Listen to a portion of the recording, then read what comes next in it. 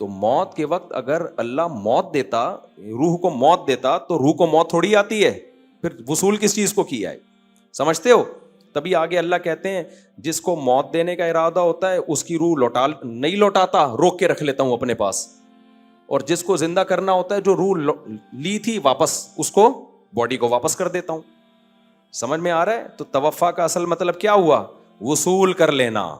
ہاں موت کے معنی میں استعمال ہوا ہے, لیکن اصل مطلب اس کا وصول کرنا.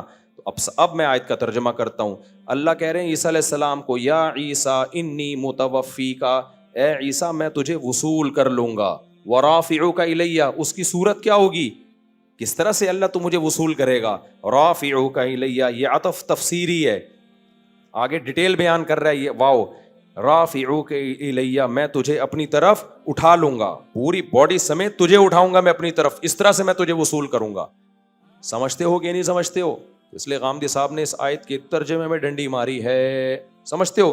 تبھی میں کہتا ہوں اسلاف سے علم لوگے تو فائدے میں جاؤ گے, اس زمانے کے لوگوں سے پوچھو گے تو ضلوا واضلوا, خود بھی گمراہ ہوئے اور تمہیں بھی گمراہ کریں گے. تو یہ امت کا اجماعی عقیدہ ہے, حضرت عیسیٰ علیہ السلام پر موت واقع نہیں ہوئی ہے, اور حضرت عیسیٰ آسمانوں پہ زندہ ہیں, اور حدیث میں آتا ہے لا تجتمع امتی علی ضلالہ, میری امت گمراہی پہ جمع نہیں ہو سکتی.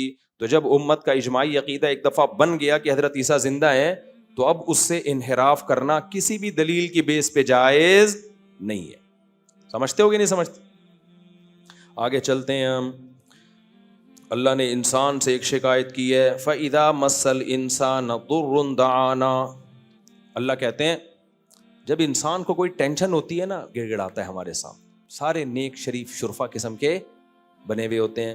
ثُمَّ إِذَا خَوَّلْنَاهُ نِعْمَةً مِنَّا, جب مصیبت دور کر کے ہم اسے خوشیاں دے دیتے ہیں, قَالَ إِنَّمَا أُوتِيتُهُ عَلَىٰ عِلْمٍ عِنْدِي, ایکچولی میرے پاس ایک نالج ہے, میں نے اس کی ایک تدبیر اختیار کی ہے, اس کی وجہ سے مجھے یہ نعمت ملی ہے. اللہ کہاں بھائی, اللہ کا اس میں کیا لینا دینا ہے؟ میں کیوں نماز روزہ شروع کر دوں, داڑھی رکھ لوں, میں عورت ہوں تو پردہ کر لوں؟ ٹینشن تھی, ابے تو پھر اس ٹینشن میں کیوں اتنا پریشان تھا؟ یار اللہ سے دعا مانگو, یار کوئی وظیفہ بتا دو, ہے بھائی؟ بول دیتا یار یہ تو ٹینشن آئی ہے تو مجھے اللہ سے مانگنے کی بالکل بھی ضرورت نہیں ہے. کیا ہوتا ہے دیکھو, بیمار ہوتے ہیں نا تو وظیفے بھی مانگ رہے ہیں, دعائیں بھی مانگ رہے ہیں, جھاڑ پھونک بھی کروا رہے ہیں, یہ بھی کر رہے ہیں, وہ بھی کر رہے ہیں, اور دل میں خیالات بھی آ رہے ہوتے ہیں, یار اللہ ٹھیک کر دے تو اب میں نماز پڑھوں گا انشاءاللہ. جب ٹھیک ہو جاتا ہے, ایکچولی اصل میں ڈاکٹر صحیح نہیں تھا جس سے میں کائنڈلی پہلے علاج کرا رہا تھا, غلط دوا دے دی تھی, اب صحیح دی. ابھی میں نا بہت عرصے بعد اتنا لمبا بیمار ہوا ہوں رمضان میں نا, ورنہ مجھے ہوتا ہے گلا خراب ہوا 2-4 دن میں ٹھیک. یہ بہت کوئی ڈاکٹر نے بتایا کہ وائرل پھیلا ہوا تھا, وہ اٹیک کیا تھا اس نے. میں حقیقت بتاؤں مایوس سا ہونے لگا تھا کہ میں ٹھیک ہونے والا, اتنا گلا میرا پک گیا تھا نا, اتنی اینٹی بایوٹک کوئی اثر نہیں. لیکن دن کے بعد تھڑاک سے وہ سارا علامتیں, گلا تو بیٹھا ہوا ہے, وہ تو ویسے ہی بیٹھا ہوا ہے نا, رمضان میں ویسے ہی گلا بیٹھا ہی رہتا ہے میرا.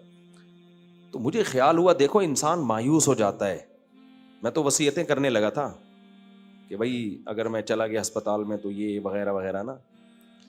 تو ٹھیک ہونے پر آتا ہے ایسے بھول جاتا ہے اور پھر ڈاکٹروں کے کھاتے میں ڈال دیتا ہے.